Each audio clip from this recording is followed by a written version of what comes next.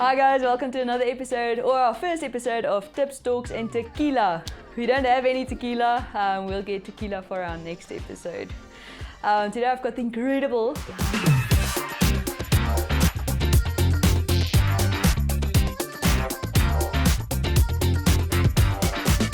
Jaclyn Vosloo with me. Ooh, sorry.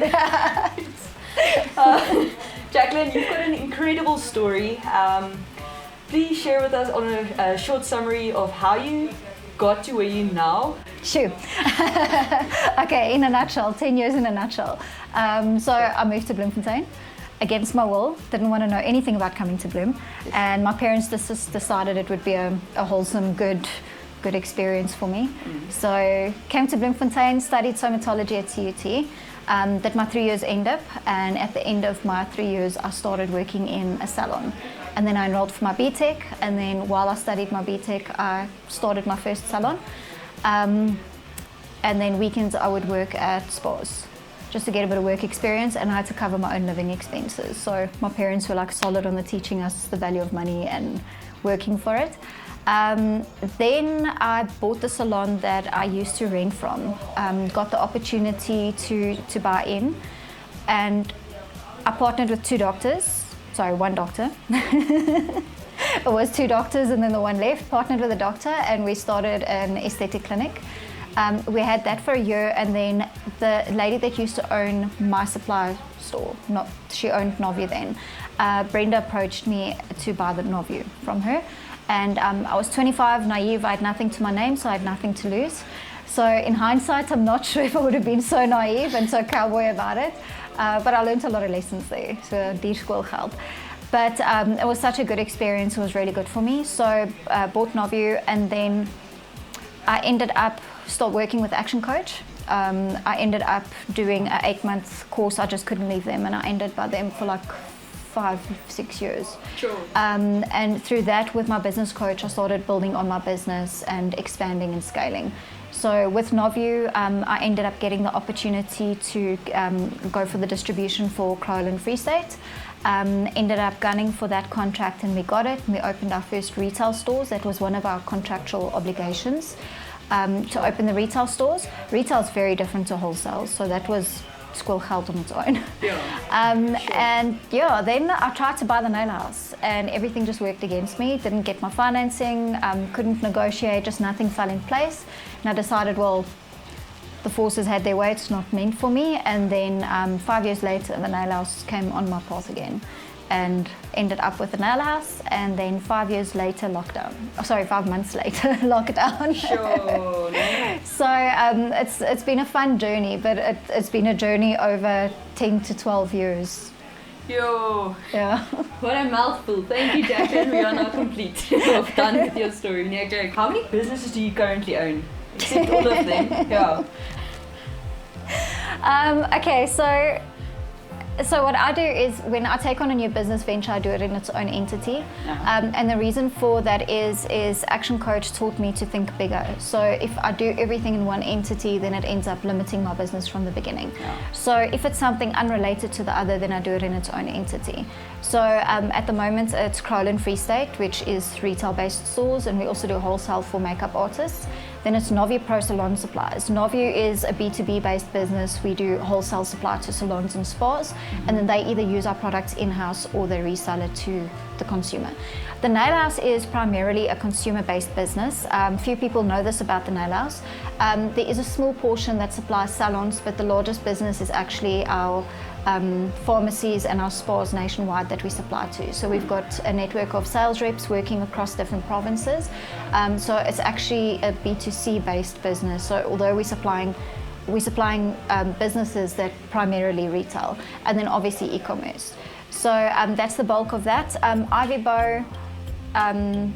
Ivy Beau is my own range that we started, so that in its own entity for manufacturing and branding. That's exciting. And yeah, very excited about that. It's my new baby. And that was my COVID brainchild. It's just we started having so many supply issues with clients and brands that were just closing down and not available. So we started small. We started with a massage oil range, with a mani-pedi range, and we've got a couple of items that are going to be launched now.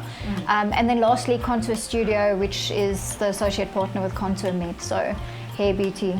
Wow, well So done. basically we've covered the spectrum from manufacturing right through to retail. Yes, well done. Tip my hat to you. Thank you, thank you. Yo. Wow, okay, tell me, you said you moved to Bloem. Do you think there's potential in Bloemfontein? Why would you say there is potential, and why are you glad you're still in Bloemfontein? So I love Bloem. They say you cry twice, when you come in, when you have to leave one day. Yeah. And I really can attest to that. I really do think it's the truth. Okay. I love doing business from Bloem. We're still community and relationship-based business. Generally. Yeah. So your chances of building up a community network and a business network is so much higher in Bloem than, for example, Gauteng. Yeah. And I've had the discussion a lot with business associates in Gauteng, and business from Bloem is more affordable. Our rent is more affordable, our property prices are more affordable, salaries are more affordable. So you can do better profit-based business, in my opinion, from Bloem. Okay, yeah. Sure, okay, that's cool. Jax, how did Action Coach also assist you? Why would you recommend it, if I can just toggle into that little?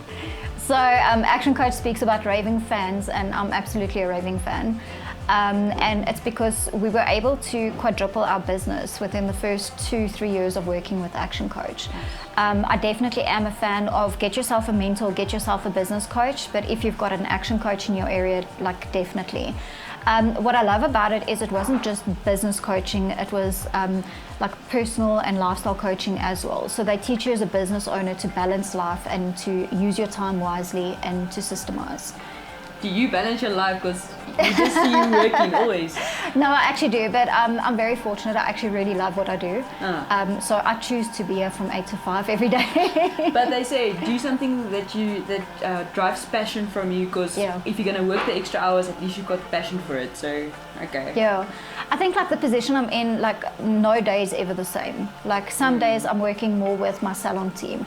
Other days I'm working more with stockists together with my rep. Other days we're working on the business structure and finance and strategies and that kind of thing. So nothing's ever the same. It does sound like a lot, but what people need to remember is like with Action Coach, they help me strategize my business, and so my business works for me, I don't work for my business. So I've got team members that do what they need to do, and they take accountability, and they know what's the whole procedure that we follow. So I don't physically have one single thing that I have to do every day.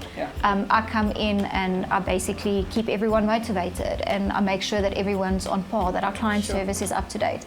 If there's an issue with a client, then I like to do a personal phone call and contact them myself.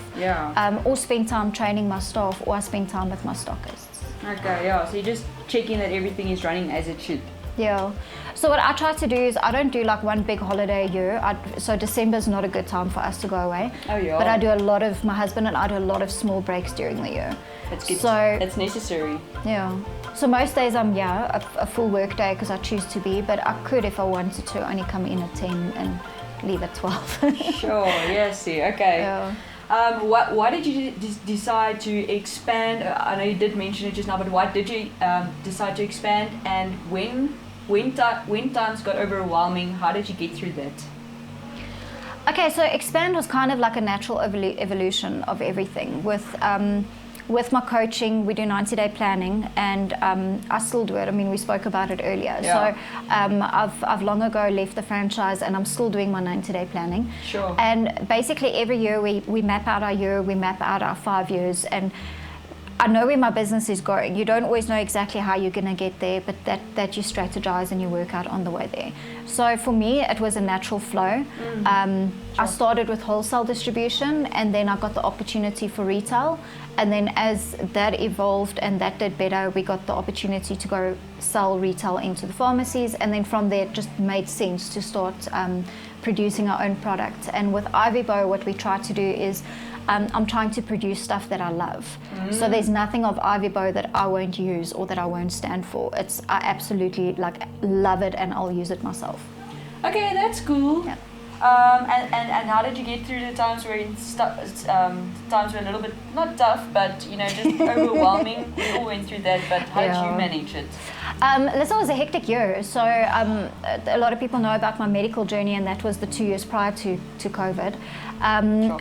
But I must say, if anything, that taught me to just slow down and to actually trust my team. So prior to my medical journey, I found it very hard to rely on my team and just let them go. I would micromanage everything. Yeah. And it kind of forced me into a position where I had to just let them do their work. And they surprised me. It's amazing when you let your team actually do what they're supposed to do, how they surprise you, and they are fully capable. Actually, you need the right team in place for that as well. Yeah. With regards to coping, I find that planning helps a lot.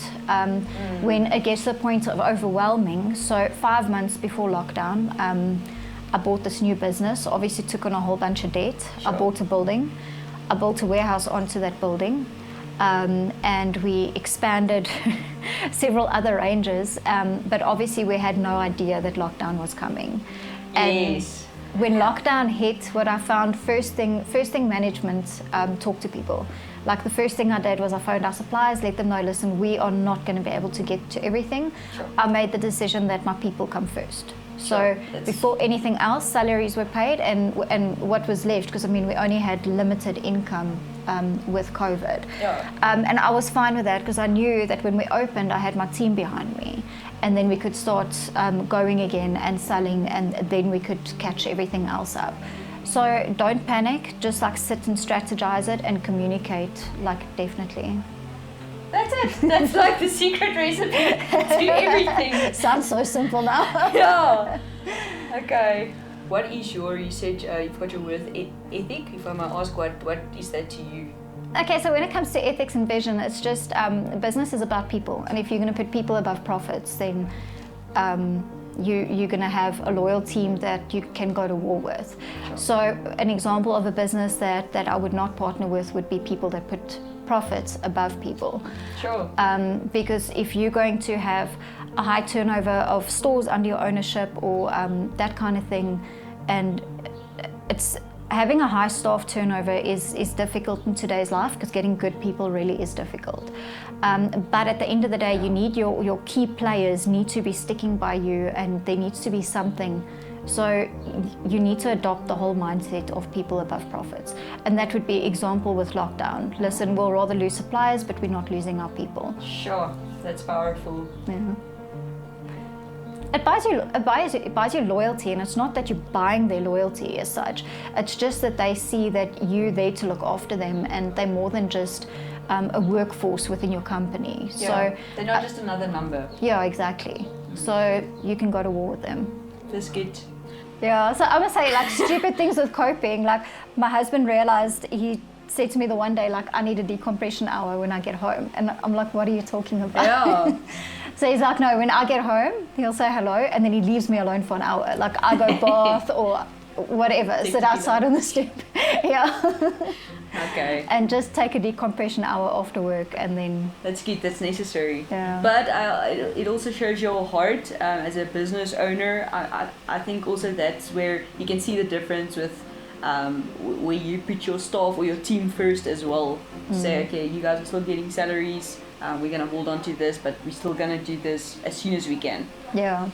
Did you ever see yourself as a business owner, and are you glad you're doing what you're doing now? Yeah, I must say, at school, both my parents had their own businesses. They were small businesses, but at least we had that as an example always. Yeah. So weekends and holidays, we'd work in their respective businesses. So I always said that I would have my own business one day. I just wasn't sure what. So by the end of matric, I still wasn't sure what I wanted to do. Okay. Hadn't applied for much because I was completely in limbo. Yeah. So I actually ended up working for my mom's preschool for a year, and I studied early childhood development and grade R. Okay. Yeah. I didn't know that. Cool. So I actually studied through UNISA while I worked at the preschool, and then I realized I would be up for murder. So I realized very quickly, as much as I love the teaching, that age group just isn't for me. And then I moved to Bloem to study somatology. I always had a passion for the workings of the human body, and somatology offered more than just beauty. We go more into wellness. Listen, and in your field as well with cinematology, you're also collaborating with a lot of people, businesses.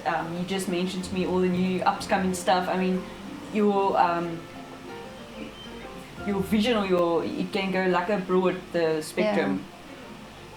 So I'm quite keen for working with other people, and I think what's really cool about Bloem is that everyone's keen for a collaboration. Yeah. People are actually very open-minded in Bloem generally. Yeah.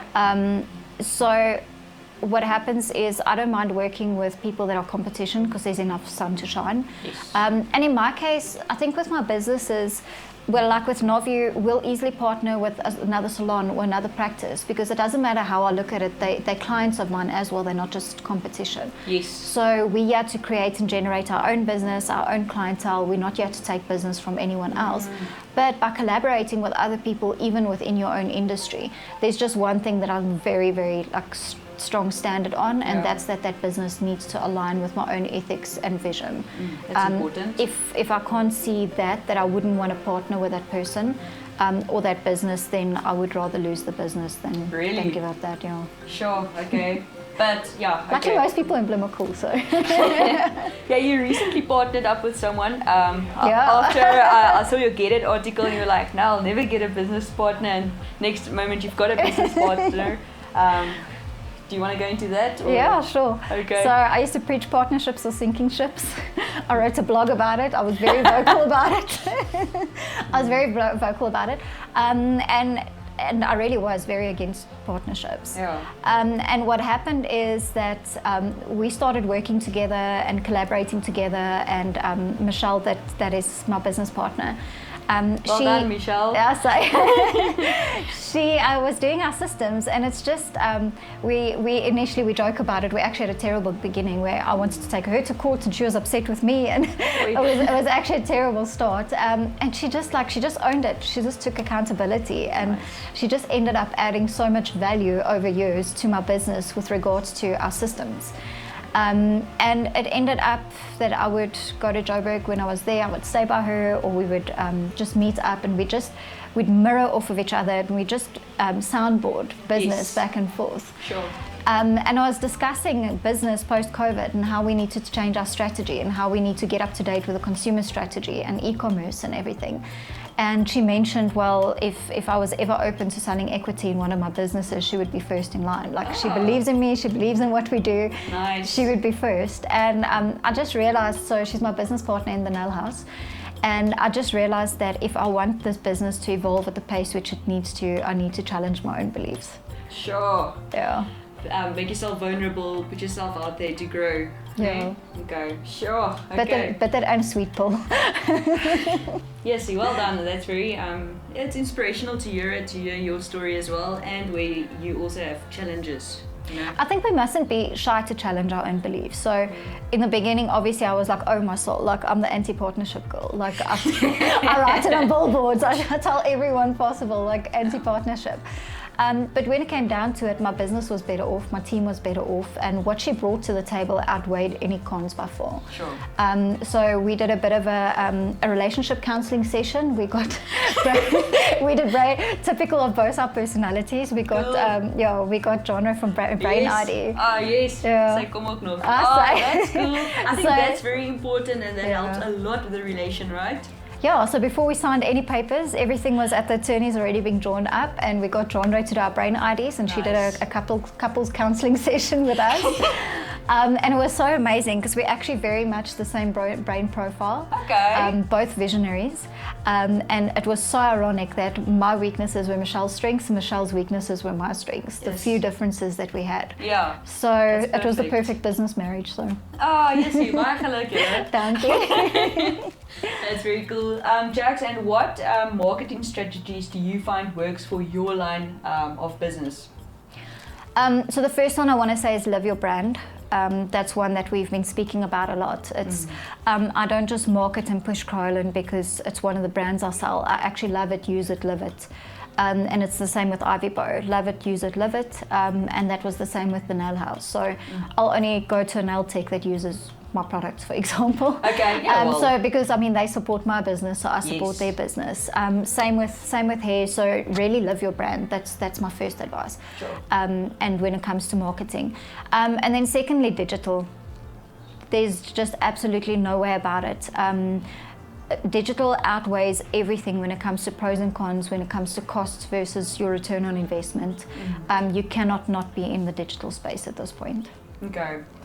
Do you get people in to help you with your social, or do you do it yourself? It's a love-hate relationship. Okay. So we actually do it ourselves, but what we do is we partnered with an incredible branding team. So we've been with Chaos Studio for about 4 or 5 years now. Oh yeah, shout out, yes. And I must say they started with Nov-U's brand, and then they ended up doing a brand alignment with the Nail House. That's cool. We did a bit of a brand alignment when it came to Contour Made Contour Studio. So all the texts and fonts, for example, will be the same. The colors are all complementary colors. So even if you throw the whole group together in a bucket, like it still shouts brand. Okay. So they help us any designs that we do. So what we do now is, for example, we do our own social media, but they've helped us. So we use Canva, for example, but they'll design templates, and they've helped us set up the branding kit. Okay. So we know that even the stuff that we design ourselves looks like the brand. That's cool. Yeah. So definitely like partner with a super awesome branding company. Shout out Annie, guys. Yes, well done. Yeah, that's awesome, man. I've heard a lot about Canva. I don't know it, but I hear it helps businesses. You can do your own stuff, so that's quite cool. It's actually quite user friendly. Okay. And if we've taken the paid version, and I must say it really is worth it for what it offers. Okay. So because if you take your design fees at the end of a year, for example, it works out quite expensive. So we do have a design retainer, for example, the basic stuff and the important stuff. But by being able to do it on Canva, we keep everything up to date. And I mean, obviously they wouldn't be able to have that kind of workload on them with everyday's little stuff. Yes, that needs to happen. Yeah, so we plan our social media the year ahead. Okay. So all like the big holidays and that kind of thing, we have artwork made ahead, so we don't have to worry about that. That's out of the way. Yeah, schedule beforehand. Work smart, not hard. Yes. And then Jax, what is your 3 top tips for business owners? Yo. Start small, don't make too much debt, and your relationships are everything. Short and sweet. It's 3 hard tips actually, maar okay. Maar ja, happy for happy, ne? Yeah, happy for happy. Everyone always wants to go into massive funding opportunities or whatever, but funding you need to pay back. Yeah. So don't put that kind of stress in your business unless you really, really need to. And then lastly, what can we expect to see from you guys or from you in the new year? Ooh. Yeah. So Michelle is also quite strong in the business space, and we are working on a very powerful drive for business owners moving forward. Oh. So people that are interested in starting salons and nail bars, we are going to be doing workshops. That's exciting. Yeah, so at this point we're looking at 2-day workshops, and basically by the time you leave you'll have your full business plan and your way forward. Yeah, see, that's cool. Yeah. I just changed my line of work actually. Wow, okay. Jessie, maar sterkte vir dit. Jy gaan obviously ice and rock, so. Dankie. We're very excited for it because job creation at the moment is important. People aren't finding works, and people are more driven now to follow their purpose. Yes. I also think with lockdown, you feel easily easy to let go. So rather do your own thing or start a business or grind with someone, something where you're not irreplaceable. Yeah. Yeah. Okay. Yeah, I think that's an expensive lesson a lot of people learn now with lockdown. Sure. Yeah. Thanks, Jax, and thanks for being such an inspiration and a powerhouse boss lady. Yes. Oh, thank you. Dankie vir jou tyd. Dankie vir jou. Lekker. Tequila. Tequila.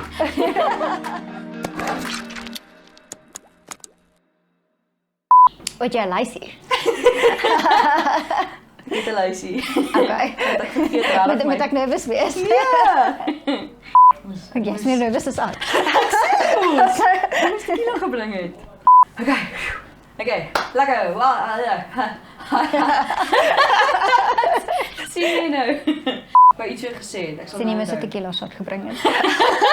Okay, so. Ek het vir 'n shot glasie, as jy water in 'n shot glasie wil maak of jy tequila drink. Nee, dis nie cool nie.